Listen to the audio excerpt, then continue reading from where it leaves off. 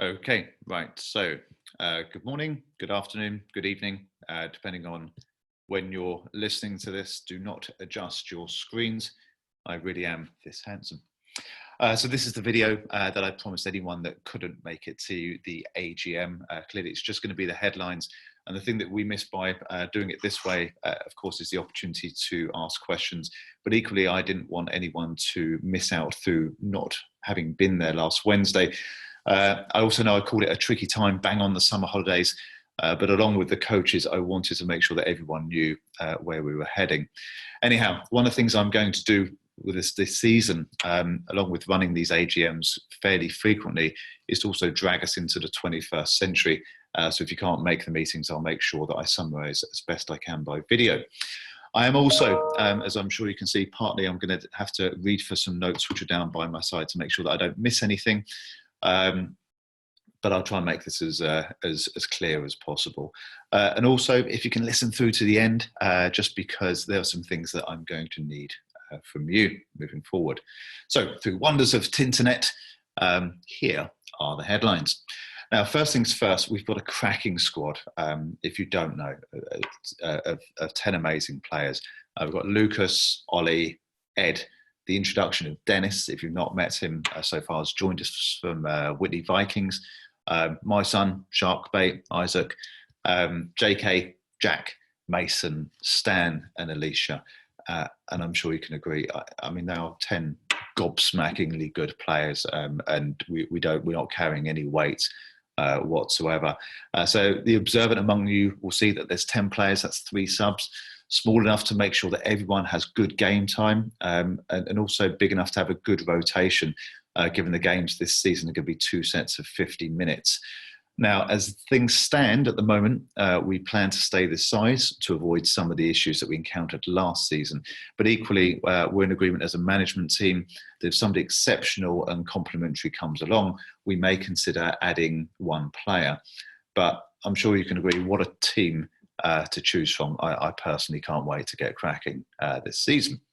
So as you know, I'm taking on the management position for this season. Thank Kev for caretaking it for that short period of time. I think he did a cracking job, and of course he's now forming part of the coaching team. And the short version of what I conveyed as my vision for the club is really, really simple, and if I'm honest, is pretty much the same as what I wanted as a parent. Now, I want the club and the Colts to be an inspirational place that the kids are proud to be a part of, and frankly, that other teams don't want to play against. In other words, everything that makes us our best, or how we are on our best day as a club, that's everything that I know that's great about the Colts. And we've got plenty planned this year that's going to bring that vision to life. So there are a few things that I'm going to be introducing along with the management team this season. I also have some asks of you as parents. But as a couple of tasters, these include little things like, for example, the introduction of the captain's armband. In addition to Trainer of the Week, 1 player will be awarded the captain's armband. This is a reminder to the kids that they should be showing the right behaviour towards each other, and their attitudes is as important as how they actually play on the day. The other thing which came up quite frequently was the awards ceremony. And whilst we'll still be doing the one together with Carterton Town and be a part of that, I'd also like to do our own, so we can include some more fun and some individual awards for the kids and make it a little bit more of an evening and exclusive to us, and make a real proper night of it. And for what I know of most of you, that will go down pretty well. With the introduction of the app, which I'll cover in a moment, the coaches really importantly will be able to track progress of the players, trainers of the week, man of the match, goal scorers. So come the end of the season, when it does come to dish out the awards, we've got a really well-rounded and informed view of the season, which I think is pretty important. The other thing that came up was training. I'm looking at the opportunity or to potentially train more than once a week on occasion. Some of the or many of the teams that we're going to be playing against this season, they do train twice a week, and it will start to show at this age. Now, I understand that that causes some challenges for some people that have either got siblings or other commitments. So we couldn't decide on an evening that would work well for everyone. So as an interim measure, what I've agreed is on the Saturdays where we don't have games, then we'll put an extra training session for the kids, or we'll offer one out. Equally, if we have a particularly big game coming up where we might benefit from an extra training session, then we've got facilities that we can use if we want to do that. Now, one of the biggest things I want to do this year is to grow back the community that we have as a club, and that's really to develop things like social activities for the kids. Let's not forget they're mates as well as teammates, and they like to hang out together when they're not playing matches and when they're not training. Now, this isn't really down to me. The girls, and when I say the girls, Lizanne, Charlene and Leanne, have come up with some really great ideas for the kids, for them to do once every 3 months. They'll probably land in the school holidays, like indoor skydiving or maybe sledging at Christmas. We'll be communicating these dates out in the coming weeks. So if you've got some ideas that you would have shared if you would have been at the AGM, please don't be shy. Right? We've come up with a couple of ideas, but this needs to be something that everyone's involved in. Now, we've got some existing funds in the club, but I also want to do some fundraising so we can start to be a little bit slicker overall. You see the great clubs that come along to some of these tournaments or even to the games where they've got really good branding, and I want to do the same thing, really raise our game and look a little bit slicker. So we're going to put a little bit of money into our branding on both kit, accessories, looking at things like covered benches with a bit of branding on, club umbrellas, new socks, which we're getting information, branding for the coaches so we look like we belong together, end of season hoodies for the kids, volleyball nets for training, just make it that little bit cooler. And again, any suggestions you've got, put them forward. But this is partly what I think we need, a sense of identity, pride in what we do, and who we are as a club. So to get there, we're going to look at like doing some fundraising events. Some of you will know about things like the Whitney 5K run. That's a nice, easy one to do. But I want to do things like the kids' bubble runs or kids' tough mudders. There are teams that do this brilliantly, and I think we can do better. So let's get creative on what we do, and let's raise some cash for the club.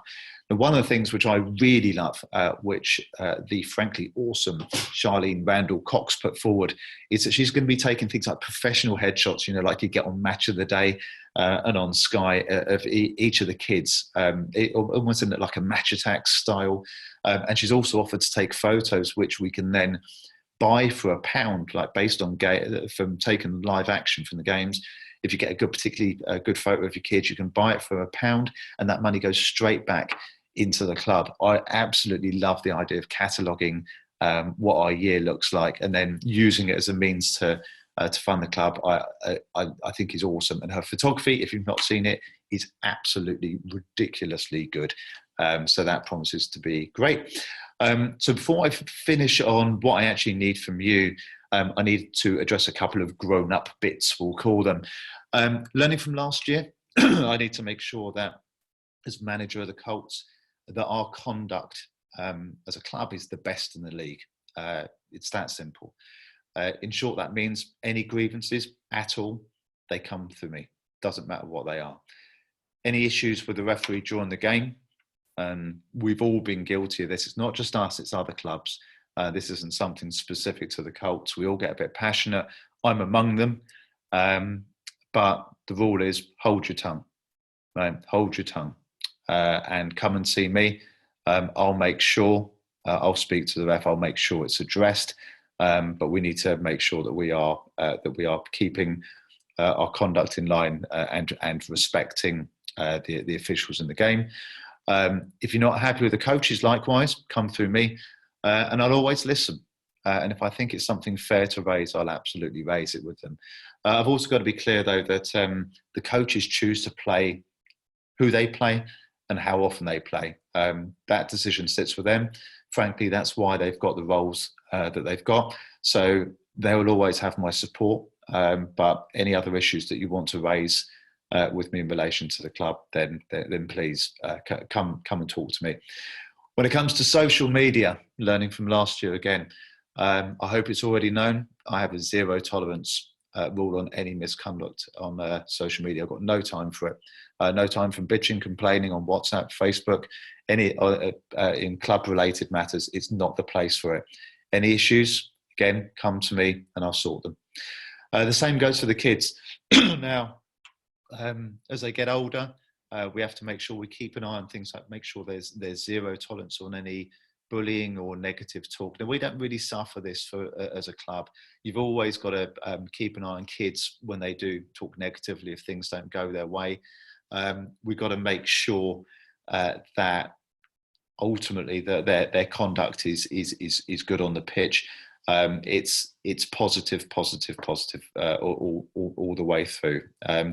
Basically, the consequences for the players for any misconduct, there'll be warnings, but ultimately it'll be suspension from matches if their conduct's not in line. Now, I don't think we're going to suffer this with our kids this year, if I'm honest, but I do have to raise it. And likewise, it's important that we set the bar with the parents. Any misconduct from the parents, the consequences, unfortunately, will be that your kid will potentially be suspended from a game. Now, if that sounds harsh, I'm sorry, but I'm serious about this club being the best it can possibly be, and for our conduct to be known to be the best in the league. And that means that we've got to be able to set the tone as grown-ups for the children. Which leads me to a really small and arbitrary point, and this is a really small point. I've asked the coaches, as an example, if they wouldn't mind not smoking or vaping in front of the kids. They were remarkably good about it, right? I've got no right to ask it, right? Everyone's a grown-up. You can make your own decisions, but the kids really look up to the coaches, and hopefully they look up to their parents as well. And again, it's about setting the tone. I know I can't ask it, and I know I can't enforce it as a manager, but I have to say Lee and Kevin is an example, remarkably cool about it. I can't make parents do it, but all I'd ask is that they do look up to us, and I'd ask you for the short time that they're training or they're at matches, if you're able to do it somewhere else, out of their eyesight, I'll be really grateful. That was awkward, wasn't it? Anyway, now you know a little bit more about the plans. Let me finish on what I need from you. Firstly, if you haven't already, please download the Team Stuff app. Ideally, we need everyone using the Pro version, which is about a cost of £5 a year. If you're not happy paying it, fine, the club will pay it for you, but you kind of need it to unlock all of the features on it. And also I'm going to get the coaches using the coaching part of the app, so we get to measure things like things like the stats. Excuse me.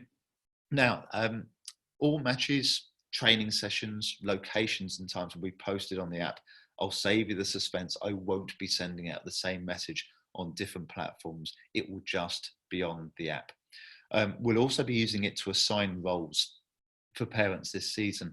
Ideally, I'd like to see like a really good rotation of all of us, helping out things like when we've got home games, the setup and the takedown of our goals. It tends to be the same people. We need to make sure we've got a good rotation of that with all the parents. And even we've been talking about things. We've got these longer 50-minute games now.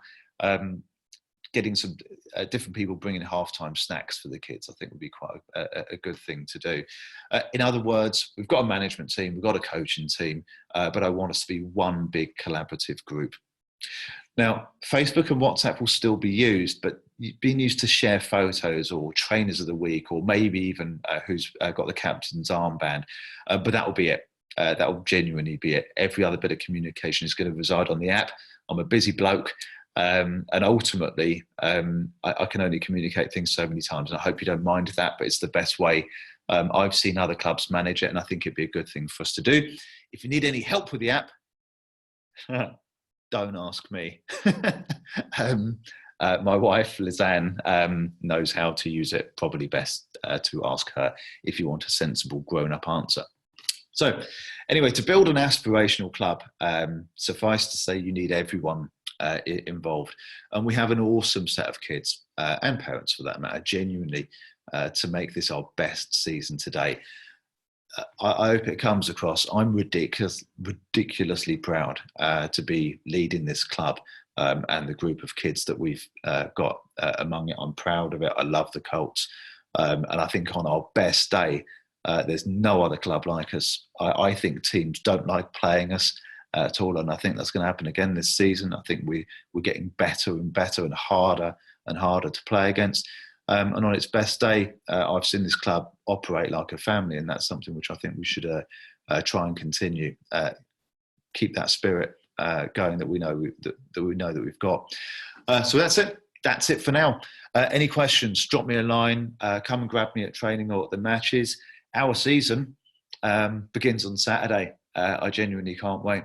Let's give the kids the best possible support, and let's make it our strongest ever year. Okay. Cheers. All I've got to do now is to know how to stop this from recording.